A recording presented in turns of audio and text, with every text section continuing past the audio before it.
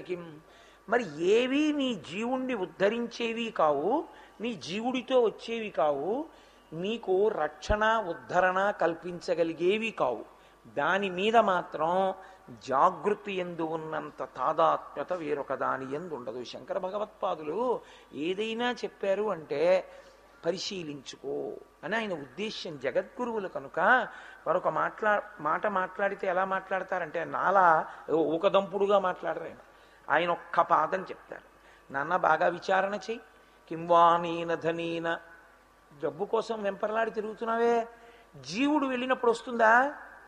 జీవుడు కాశీకి వెళ్ళాడు, జీవుడు శరీరాన్ని తీసుకుని దీన్ని ఉపకరణంగా తీసుకుని కాశీకి వెళ్ళాడు, గంగలో ములిగాడు, అది వస్తుంది నీకు తోడుగా.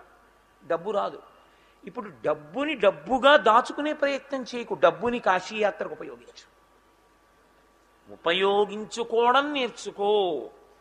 కాబట్టి కింవానేన ధనేన వాజికరిభిప్రాప్తేన రాజ్యేన కిమ్మని శంకరులు అండంలో ఎంత అసారమో సంసారం చెప్తున్నారు.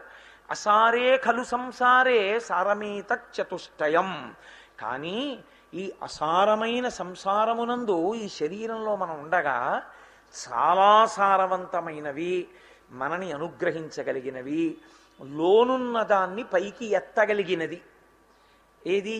ఓ విత్తనం నేల మీద పడుందనుకోండి, ఓ బండ మీద పడుంది, అసలు మొలకెత్తడం సమస్య లేదు.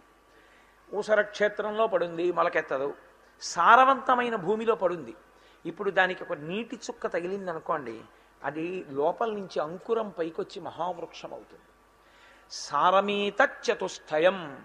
మనకి లోపల ఉన్నటువంటి జీవుణ్ణి బాగా పోషించి భగవంతుడి వైపు నడిపించగలిగినవి నాలుగే నాలుగు. సారమేత చతుష్టయం. అవి కాశ్యాం వాస, కాశీపట్టణానికి వెళ్ళి కాశీపట్టణంలో ఉండడం. అంటే కాశీపట్టణానికి వెళ్ళి ఏదో కాశీపట్టణం చూశామని చెప్పి వెంటనే వెళ్ళిపోవడం కాదు, కాశీపట్టణంలో ఉండాలి. ఇక్కడ కాశ్యాం వాస. కాబట్టి మీరు గమనించవలసిన మొదటి లక్షణం ఏమిటంటే, మీరు వెళ్ళి ఏం చేశారన్న దాంతో సంబంధం లేకుండా మీరు వెళ్ళి ఉంటే చాలు అనుగ్రహించగలిగిన పట్టణం కాశీపట్టణం. కాశీపట్టణానికి వెళ్ళి ఏం చేశాడు? ఆయన అదృష్టం వెళ్ళి ఏమైనా చేస్తే. ఏమీ చేయలేదు, కాశీలో ఉన్నాడు, అనుగ్రహం వస్తుందా? పరిపూర్ణంగా వస్తుంది. కాశీలోనే కాపరం చేసిన వాడు అదృష్టవంతుడు. కనీసం కాశీ వెళ్ళి ఉన్నాను ఇన్ని రోజులు, ఏం చేశావు? ఏమీ చేయలేదు. వంట వాళ్ళని తీసుకెళ్ళి పలహారం చేయించుకునేవాడిని, మధ్యాహ్నం భోజనం చేసేవాడిని, సాయంకాలం ఎవరో ఒక ఆయన వచ్చి ఏదో చెప్పాడు విన్నాను,